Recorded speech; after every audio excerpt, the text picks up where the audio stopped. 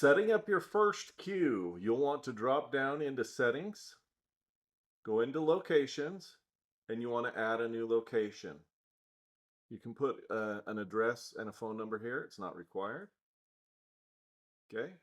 Now you want to create your service.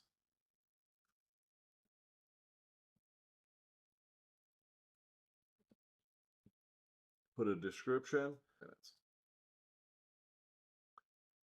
Next, you want to go in and create a queue. You want to select your location you created. You want to select your service. You can upload an image if you want. This will be displayed to the customer when they scans the QR code.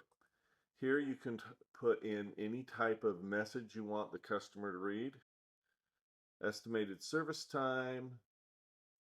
No show timeout is how long we wait before the customer doesn't show up for the queue before it automatically marks them as a no-show. And then how long do we want to put them in a delay before they come back into the queue after being marked as a no-show? And then where do you want to place them? Do you want to place them at the back of the queue when they come back in, or at the front of the queue? You set that there. Clicking this button will make it so that you do not have a customer that can join the line multiple times using the same phone number. And then if you click this button, it will put in a party size.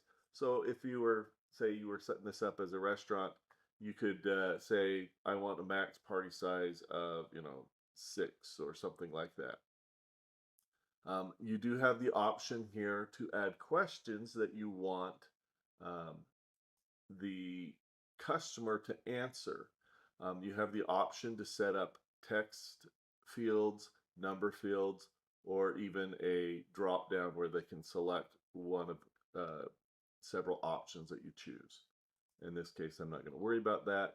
You want to save your queue, and you are actually ready now to receive customers using the queuing software. You can go back here to edit what you did previously. Clicking on this button will archive the queue. You only want to do that when you're no longer using the queue. You want to generate a QR code. This is something you can use for the customer to click onto and join the queue. You can open the queue. This is what the customer would see when they join the queue. So if they scan the QR code on their phone, this is what they would see. You'd see the image, you'd see the location and service, the message that you created. It asks for required and is required their phone number and their name, and we ask for the party size so they can select that party size. They go ahead and hit consent, and they can join the queue. And they've successfully joined the queue. They would get a text message saying that they've successfully joined the queue, and at this point your agents can see and interact with the customer via the queuing dashboard.